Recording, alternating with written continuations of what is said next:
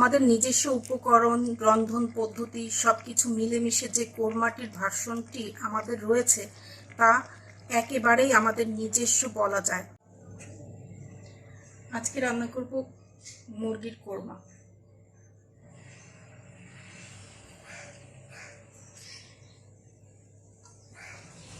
আমি আজকে 800 গ্রাম পরিমাণ মতো মুরগির কোরমা রান্না করব।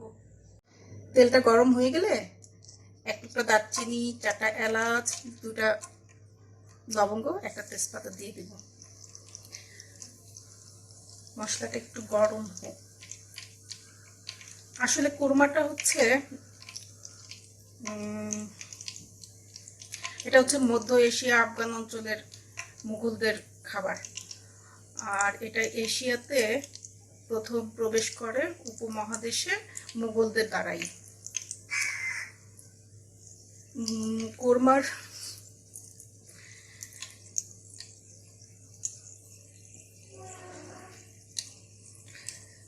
কোরমার শিকড় হচ্ছে তুরস্ক, ইরান, ইসরায়েল। এই কোরমার উৎপত্তি স্থল, এটা আদি শিকড় হচ্ছে তুরস্ক, ইরান। 1 কাপ পেঁয়াজ দিয়েছিলাম, 1 টেবিল চামচ আদা বাটা, 2 চা চামচ রসুন বাটা,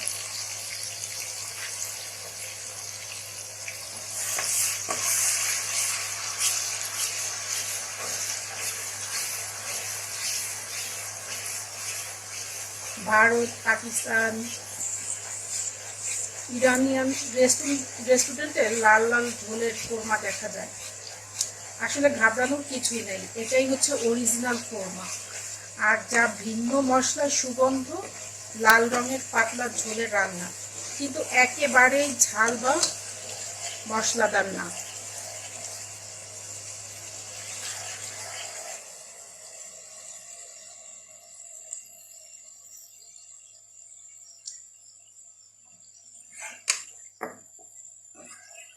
আমাদের বাংলাদেশের কোরমা বলতে যেটা সাদা মিষ্টি মিষ্টি ঝোলের রান্না বুঝি, সেটা আসলে একেবারেই আমাদের নিজস্ব ভাষা।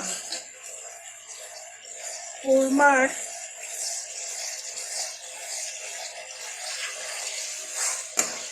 মজার কথা হলো, আমরা যেটাকে কোরমা বলি, ওপার বাংলায় সেটাকে রেজালা বলে। মশলাটা নাড়া দেওয়ার সময় খুব সাবধানে দিতে হবে যাতে মশলাটা পোড়া না যায়।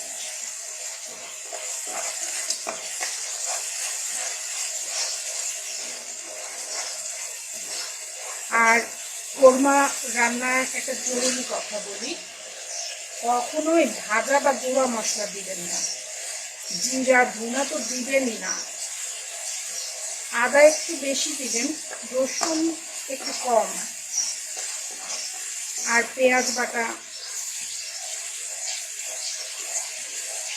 যাতে কোরমার ঝোলটা একটু থকথকে থাকে আর দেখতে সাদা হয়। আর একটা মুরগি রান্নাতে যতটুকু পেঁয়াজ বাটা লাগে, কোরমাতে কিন্তু তার চাইতে অনেক কম লাগে।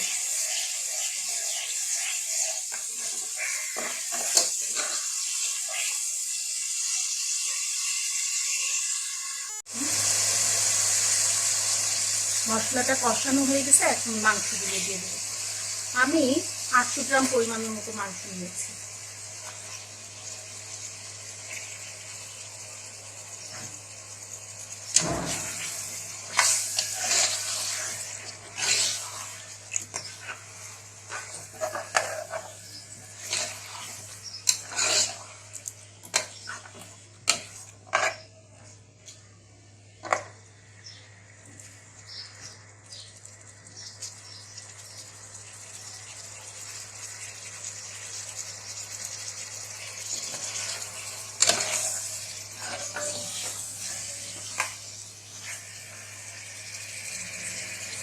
লবণটা কিন্তু আপনার পরিমাণ মতো দিবেন, আপনার স্বাদ অনুসারে।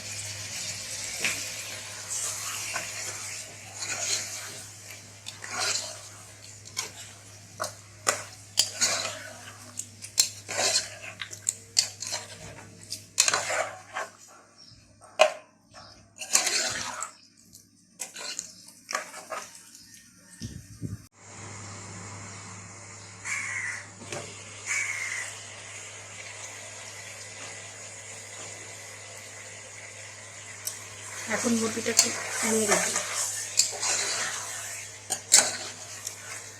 কোরমাতে অবশ্য পানি ব্যবহার করবেন না, মশলা কষাতে কষাতে মুরগির নিজের যে পানিটা আছে, যে পানিটা ছেড়ে দিবে, ওই পানিটা দিয়ে সেদ্ধ হয়ে গেলেই তারপর আপনি দুধটা দিবেন।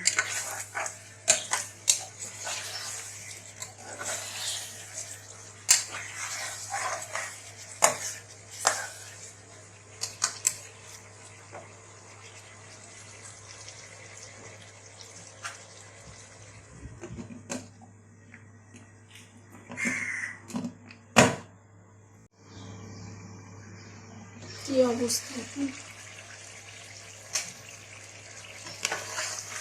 এখন মুরগি থেকে কত পানি বেরিয়েছে।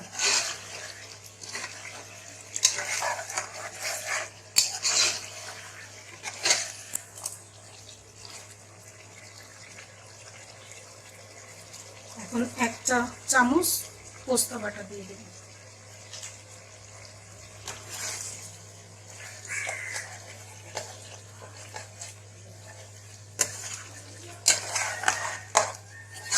পোস্তা বাটাটা আপনি চাইলে বাদ দিতে পারেন।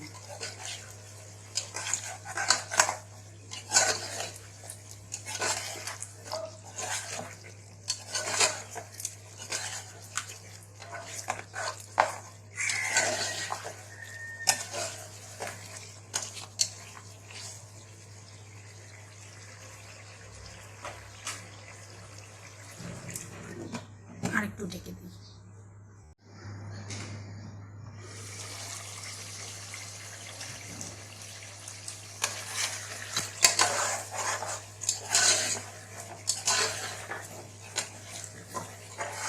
মুরগির পানগুলো শুকায় গেছে।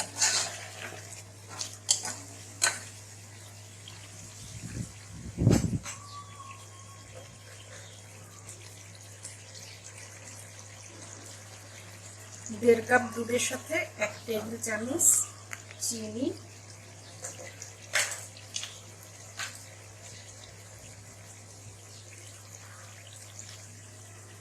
1 টেবিল চামচ ঘি,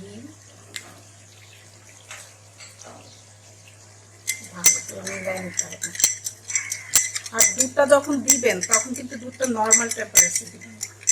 আর চিনিটা মিলাই যদি এইভাবে গুলায় দেন তাহলে কিন্তু দুধটা ফাটবে না। অনেক সময় আছে কোরমাতে কিন্তু দুধ অনেকে দিলেই বলে যে দুধটা আমার ফেটে যায়, আসলে কি দুধটা হয়তো রুম টেম্পারেচার থাকে না, বা গরম থাকে, বা ঠান্ডা থাকে, এই জন্য হয়। আর দুধ দেওয়ার পরে কিন্তু কোরমাটা ঢাকবেন না।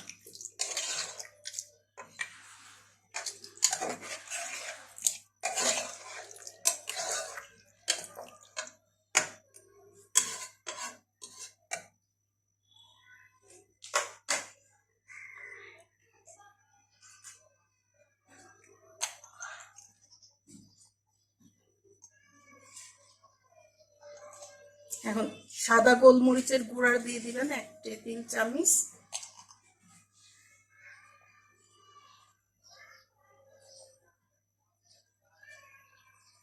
একটা জৈতিষটার হাত দিয়ে এইভাবে গুঁড়া করে নিন। জৈতিষটারে অবশ্যই কিন্তু আপনারা ভাজবেন না, টালবেন না, কাঁচা এইভাবে দিয়ে দিবেন।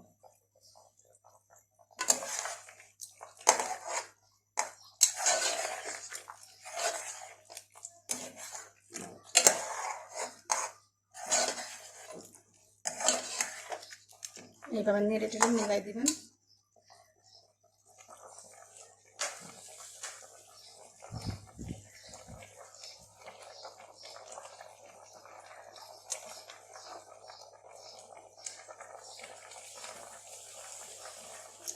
কিশমিশটাকে কুচি কুচি করে কেটে নেবেন। এখন 1 টেবিল চামচের মতো কিশমিশ কুচি দিয়ে দিলাম, সাথে 3টা আস্ত কাঁচামরিচ। আর একটু নেড়ে দিই।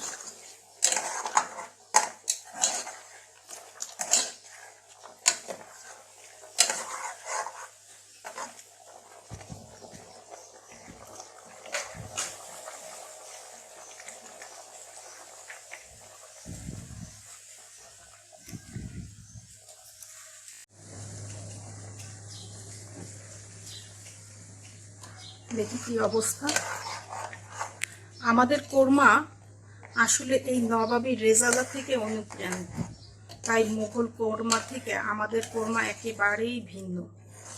তারপরেও আমাদের নিজস্ব উপকরণ, রন্ধন পদ্ধতি সবকিছু মিলেমিশে যেন কোরমার ভার্সনটি আমাদের রয়েছে, তা একেবারেই আমাদের নিজস্ব বলা হয়।